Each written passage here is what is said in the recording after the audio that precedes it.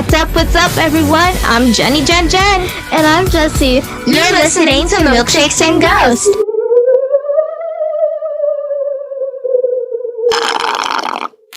My milkshakes just get better and better. I'm scared to ask what it's made out of. I've seen a whole lot of things on the kitchen counter when you were mixing before we came into the pod lab. It looked like a hot mess, girl. It looked like a lot of sugar. How dare you say that to my genius inventions? You mean your genius inventions of pure sugar? Well, it's good.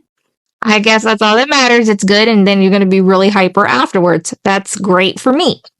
Looks like you're drinking way too many calories for me and way too much sugar.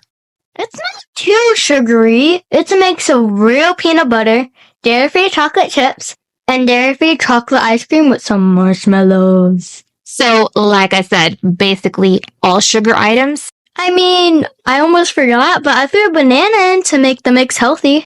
Okay, because one banana is going to make it 100% healthier, Jessie. Yeah. Oh my gosh. I think the sugar is getting to your head right now. What are you drinking? Please don't tell me it's coffee, because I'm going to explode if you say it's coffee. No coffee today. I actually made a strawberry chocolate milkshake, which is very delicious. I was craving this thing for the last 2 days, and then I thought, this is actually a great day to make what I was craving since we're going to be podcasting. It's my two favorite. It's the milkshake. See, this is what happens when I don't have coffee. This is just sugar. It's one of my two favorite flavors, strawberry and chocolate, the best of both worlds, Well, this is the only time we get to drink milkshakes, at least for us. Well, it looks like I'm changing it up today. I'm not talking about ghosts. I'm going to be talking about something a little different just to be changing it up. Changing it up? Really? Are you sure about that? Because ghosts is what we do, it's what we know. Well, we're in season 2 of our podcast, and I told you last episode we were going to change it up. You're the boss, Jessie. So, girl, what you got for me today? So today, this is going to be spooky, but this is a legend. And this legend is called Bigfoot. Oh, that sounds amazing. Bigfoot's not spooky. I'm super excited to hear about this one. I love Bigfoot. Bigfoot was my boyfriend in previous life. Girl, don't you know? Bigfoot is great. That's weird. You're looking at the weirdest person in the world, so it's all good. That's true. Why? Why is that not true? So if you look in a mirror, you see the mini me, and that's me. Okay, so weirdos for life, girl, what? We need those necklaces that have weirdo number 1 and 2. Oh my gosh, I'm gonna go on Amazon and look for it when we're done. That's so cool. I love it. After researching this episode, I definitely want to do Bigfoot hunt. I would love to capture something on footage. That sounds amazing. Maybe by next summer we can schedule a camping trip, perhaps.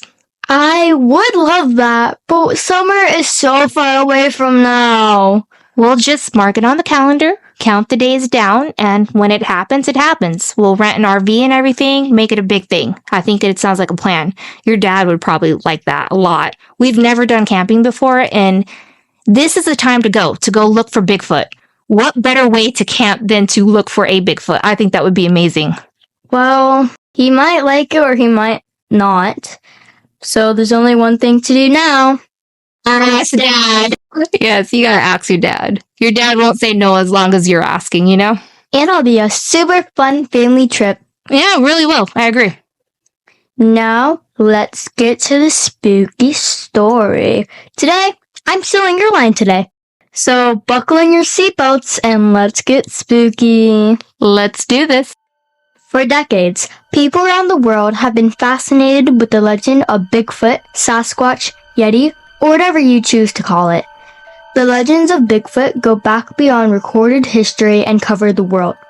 In North America, and particularly the Northwest, you can hear tales of 7-foot-tall, hairy men stalking the woods, occasionally scaring campers, lumberjacks, hikers, and people alike.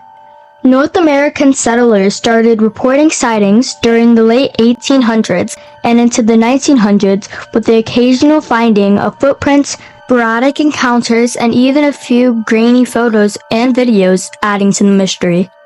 Those who claim to have seen Bigfoot have described everything from a large upright ape to an actual hairy human, sometimes standing over 8 feet tall and described as a powerfully built animal. The debate and research continue. Entire organizations exist to study and document Bigfoot and prove its existence, and groups regularly search the Northwest woods looking for the ultimate proof. In 1976, the FBI started a file on him. That year, the director, Peter Bryan, of the Bigfoot Information Center and Exhibition in the Dalles, Oregon, sent the FBI about 15 hairs attached to a tiny piece of skin. Bryan wrote that his organization couldn't identify what kind of animal it came from, and was hoping the FBI might analyze it. He also wanted to know if the FBI had analyzed suspected Bigfoot hair before, and if so, what the Bureau's conclusion was. In 1967, Roger Patterson and Robert Gimlin released their famous video footage supposedly showing Bigfoot in Northern California. It was worth noting that the original evidence that launched the Bigfoot craze, a trail of oversized footprints discovered in the same region in 1958, was revealed to be a prank by lodger Ray L. Wallance in 2002. Many people believe the Bigfoot creature in the Patterson-Gimlin film was costume prankster as well. To me, the photo looks like a costume. I'm not saying Bigfoot isn't real. I'm sure there's an undiscovered species of animals out there. However, I just don't think this photo right here is one of them. I'm looking at it right now. Jesse, what do you think? Yeah, I feel the same. I agree with you. The photo does not look real at all. It really looks like a costume. Now let's continue on with our story since we both agree. Jay Cochran, Junior Assistant Director of the FBI Scientific and Technical Services Division, wrote back to Bryan that he couldn't find any evidence of the FBI analyzing suspected Bigfoot hair, and that the FBI usually only examined physical evidence related to criminal investigations. However, Cochran made an exception for Bryan. Unsurprisingly, Cochran found that the hair didn't belong to Bigfoot. In early 1977, he sent the hair back to Bryan along with a scientific conclusion. The hairs are of a deer family origin. 4 decades later, the Bureau declassified its Bigfoot file about this analysis.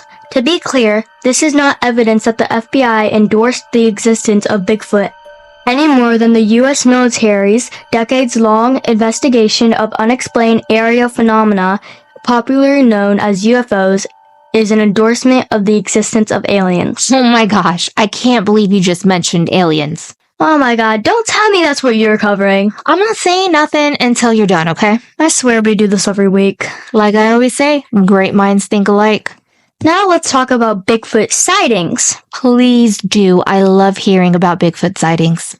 Sightings of a furry creature walking upright and reports of beastly footprints have been reported for decades. Although no definitive proof exists, reports continue adding up. Let's talk about Marble Mountain Bigfoot. Okay, so why is it called Marble Mountain Bigfoot? It's named that because a youth group was camping in the Marble Mountain Wilderness, California. The leader of the group, Jim Mills, noticed a strange-looking creature lurking around the ridge nearby. He filmed it for nearly 7 minutes, making it somewhat of a grainy footage.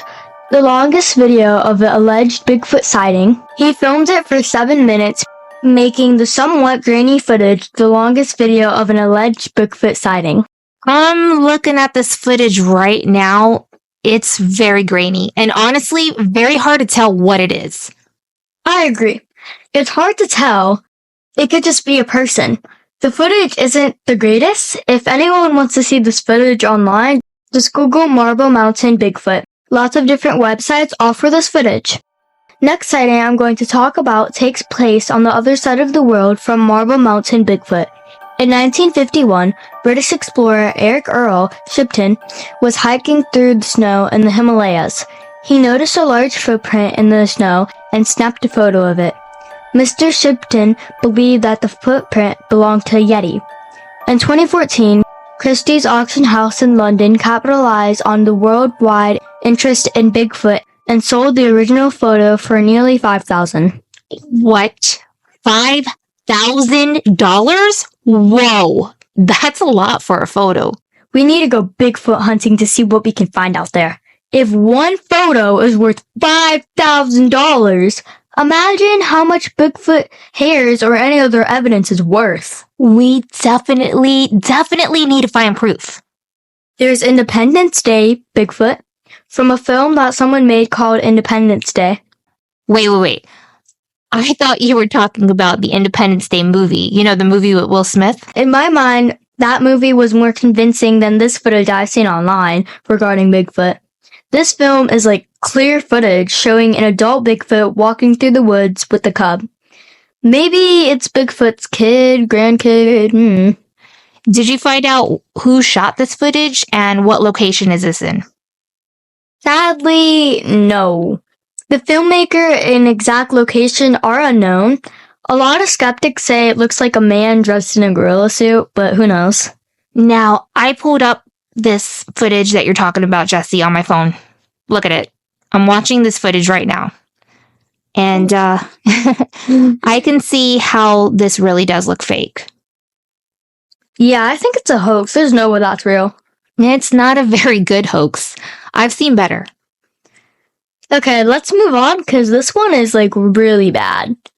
The next Bigfoot sighting I'm going to discuss is Provo Canyon Bigfoot. On October 2012, a group of siblings hiking in Provo Canyon thought they spotted a bear in the woods and started filming. When the creature stood up on two legs, the hikers ran. This made the video very shaky. A year later, the siblings launched a Kickstarter campaign to investigate the other Utah Bigfoot sightings. I don't believe this is Bigfoot. This footage, I'm looking at it now. Look, Jesse, can you see? Yeah, I can see. This footage really does look like a bear. Not to mention bears do and can stand up on two legs. Everyone knows that. Yeah, everyone knows bears can stand up on two legs. What if, like, Bigfoot sightings are all just bears or gorillas? Who knows? It would make sense. This does not look like Bigfoot. It most likely is a bear, of course. Now, in 2007, hunter Rick Jacobs captured some of the most famous Bigfoot images to date with a camera mounted to a tree in Pennsylvania's Allegheny National Forest. His camera also captured clear photos of bear cubs, offering evidence that the unidentified animal was most likely not Bigfoot. Skeptics believe that the animal he captured is just a bear sick with mange. That makes perfect sense on why the bear cubs were also captured on his camera. Now let's talk about Johnstown Smelly Bigfoot. Smelly Bigfoot? Aren't they all smelly since they live out in the woods and are covered in nothing but hair? I mean, I guess, like, maybe they don't take showers, or do they take showers? I don't know. I don't think so. I mean, they could be human, like they stand and they walk.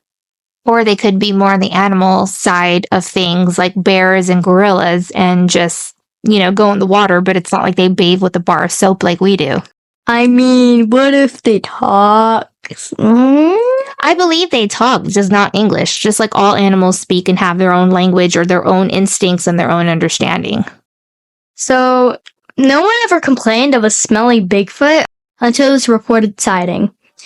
In 1980, locals in Johnstown, Pennsylvania discovered a footprint measuring 17.75 inches. This footprint was found near a residential home. According to the Associated Press, the footprint coincided with reports of strange noises and a strong but unusual odor in the air. I think this reported Bigfoot sighting is more realistic. But no, I think this one is more real than the others that we talked about because it smells. But anything that smells that bad, like people are reporting, has got to be real. Now I'm going to be talking about the Washington Blue Mountain Bigfoot sighting. In 1994, former U.S. Forest Patrolman Paul Freeman claimed he saw a family of Bigfoots in the Washington's Blue Mountains. The video is shaky and grainy, like every other one, but has been deemed real by the experts. Washington State Park has a lot of Bigfoot sightings there, and that, my friends, is the legend and sightings of Bigfoot. That was great. Washington State Park is somewhere I do want to go, Jesse, and definitely I want to go hunting for Bigfoot there. In every case I've ever heard about Bigfoot, it's always been in Washington State Park. It's a good place for us to do investigations, not just for Bigfoot, but also for ghosts and anything supernatural paranormal, because if it's going to happen in Washington State Park. The way you shook your head. It's gonna happen in Washington. Look, I said it was sass, okay? That's my sassy attitude. It's going to happen in Washington State Park, all right? Sounds like a future investigation. I would love to discover some ghost and Bigfoot. Sounds like an adventure. Okay, so thank you, Jesse, for giving us the history on how the legend of Bigfoot started and covering all the sightings. There was a lot of history that I didn't know about when it comes to Bigfoot. I mean, I knew some, but just not what you covered. It was amazing. I just covered the surface. There's so much more information on Bigfoot.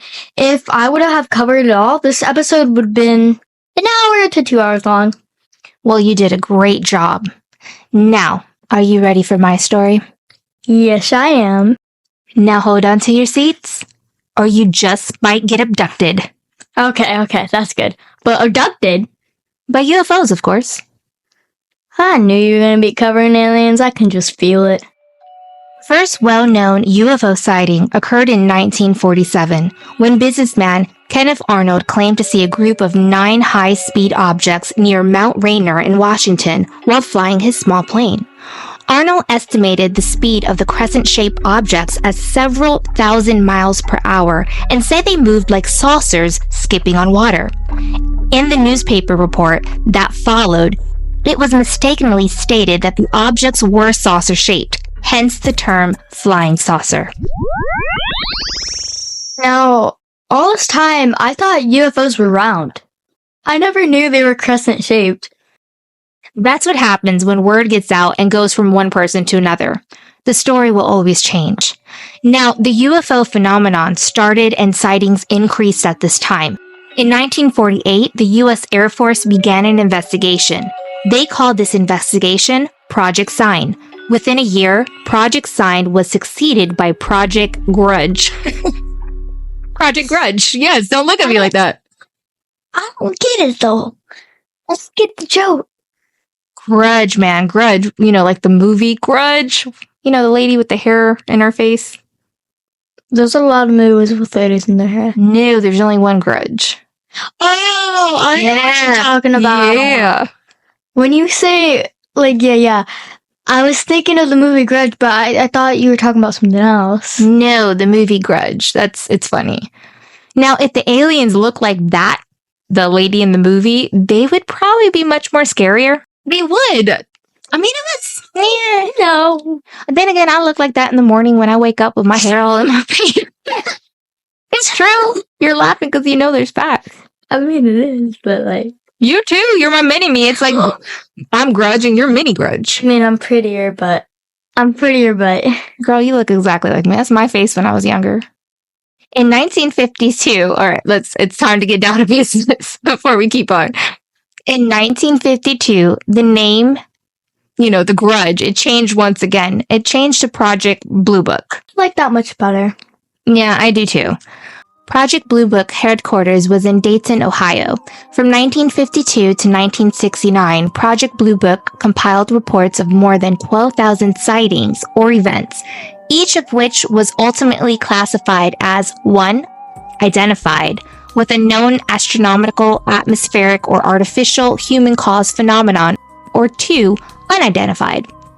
The later category, approximately 6% of the total, included cases for which there was insufficient information to make an identification with a known phenomenon. A second committee was set up in 1966 at the request of the Air Force to review the most interesting material gathered by Project Blue Book.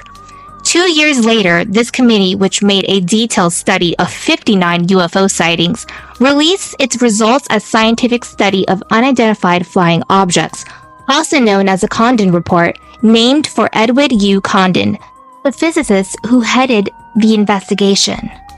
Aside from the many American efforts, the only other official and fairly complete records of UFO sightings were kept in Canada, where they were transferred in 1968 from the Canadian Department of National Defence to the Canadian National Research Council. The Canadian records totaled in about 750 sightings. Whoa. That's a lot of sightings. It is indeed.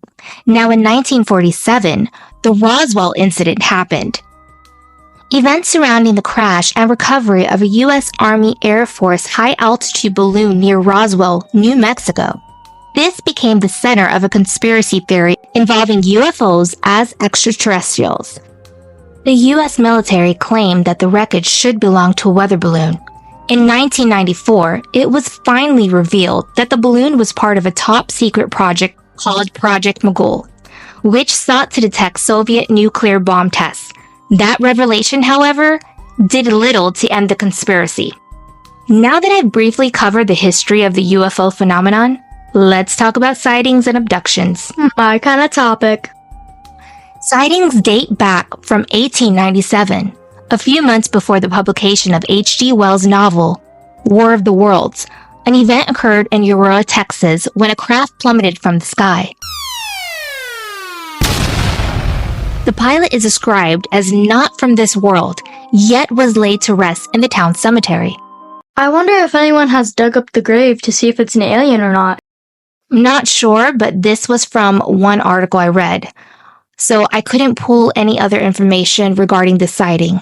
However, on May 18th, 1946, almost a year after the end of the Second World War, Gus Carlson of Sweden reports seeing a flying saucer and its alien passengers landing in the woods of Kronoskogen.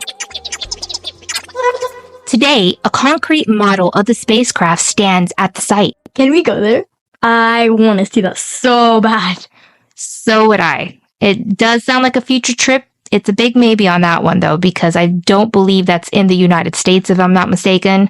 So let's fast forward to Florence, Italy of 1954.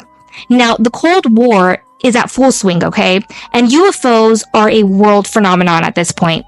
On November 27th, 1954, a soccer game is interrupted in Florence, Italy, when a group of high-speed cigar-shaped UFOs pause and hover over the stadium. The crowd is said to fall silent at the sight. It's a shame there's no video footage back then. Cell phones and cameras, girl, did not exist, alright? Wish they did, because that would have been some good footage. Now, in 1959, something strange happens in Dyatlov Pass, Russia. High in the Ural Mountains of Russia, 9 people died, okay? They just lie there dead. Some are naked, some are missing body parts, and their tent is completely destroyed. Strange lights are reported and radiation levels are at an unusual high. The Dyatlov Pass incident will remain a mystery for decades to come. Up to this day, they still don't know what happened. So this might be crazy, but I know that story. Seriously? I'm not joking, I know that story. How did you hear about this? YouTube? Well, it is a great story. There's many different theories regarding this incident. The top one being aliens, of course. I heard about this incident on 2 separate podcasts. However, I'm not getting deep into it this time around. This is another topic for another podcast episode that we need to do in the near future. It's a really good, interesting story. Would you agree? Yeah. Want to do this in a future topic? That story? That would be my story, though. I'm gonna get to it before you can. I'll give it to you. It's really good and interesting, and I feel like it should be talked about. Fast forward again to 1978, a farmer in Emerson, Poland, says that he was abducted and medically examined by a short, green-faced humanoid beings, speaking an unearthly language. Their craft is pure white, smooth, and hums as it hovers. At the time, the media ignores him completely, but there's now a memorial at this site. In 1979, Forester Robert Taylor returns home to his wife in Detchmont Law, Scotland. He's bloody and his clothes are torn. He claimed that a flying dome tried to abduct him. The dome was a dark metallic material with a rough texture like sandpaper and smelled like burning brakes. The police find no leads.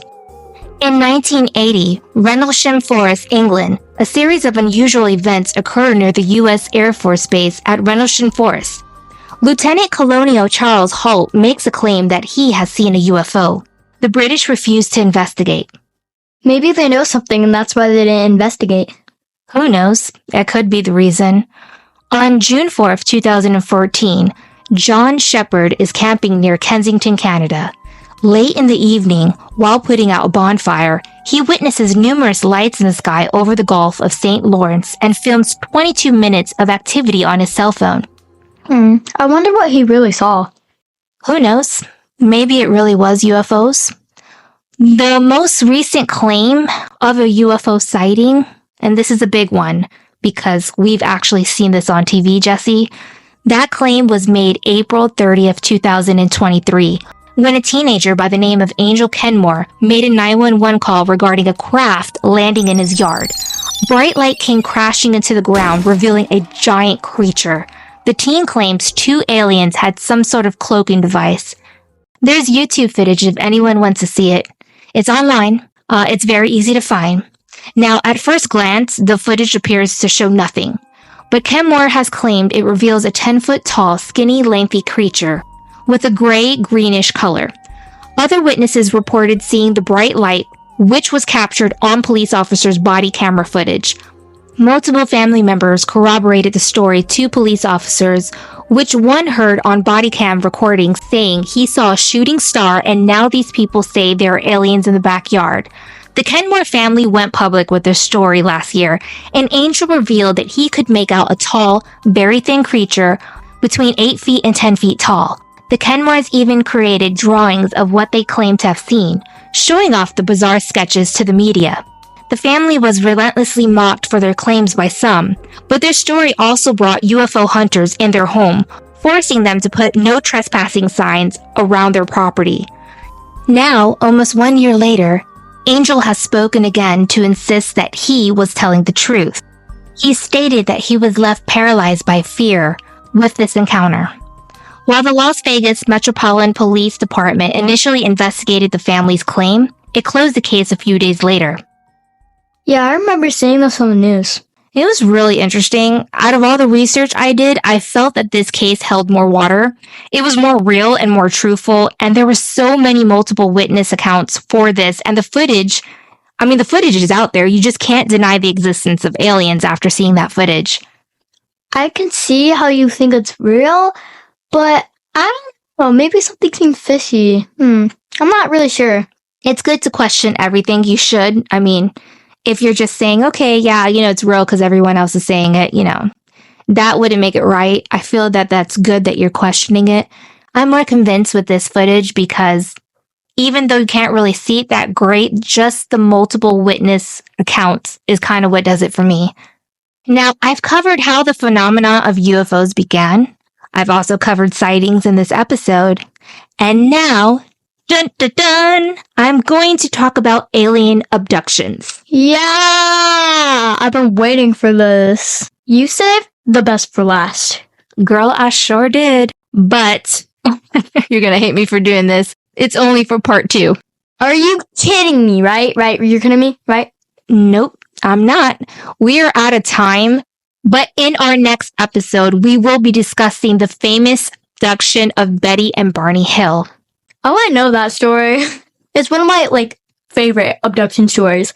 Just gave me an idea for something I'll cover in the next episode. Oh yeah, what's that? Keep a surprise for the audience and you. Okay, well that's not fair, okay? I told you what mine was. Well, I'm keeping it a secret until next time. And for all of you wonderful milkshake drinkers and ghost enthusiasts, if you love our podcast, then you'll love our YouTube channel. We post weekly YouTube videos every Monday on all our ghostly investigations. But you don't just podcast about the paranormal.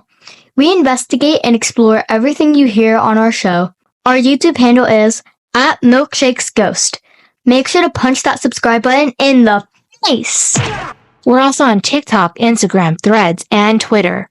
If you want a closer look into our show, subscribe to our Patreon page and become a VIP member for behind-the-scenes footage, bonus contents, and bloopers.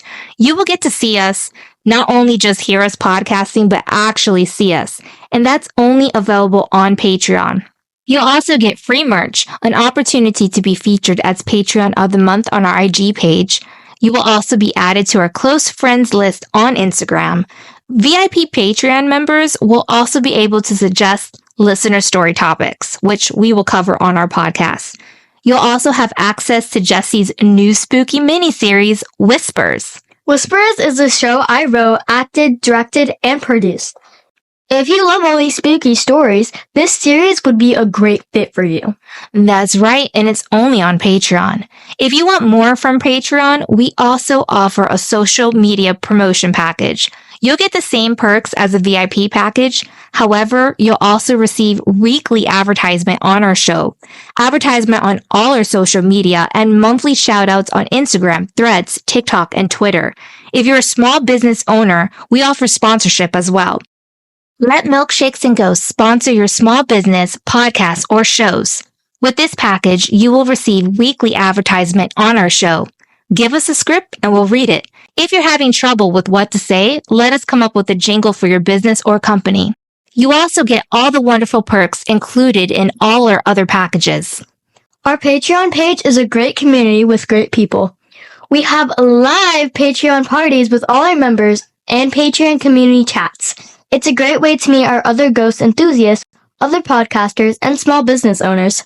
If you're interested in becoming a member, please visit patreon.com/milkshakes and ghosts. I will link it in our show notes. And remember, keep drinking milkshakes And keep being spooky! Spooky season, spooky season, spooky season, spooky season, spooky season, spooky season, spooky season, spooky season, spooky season.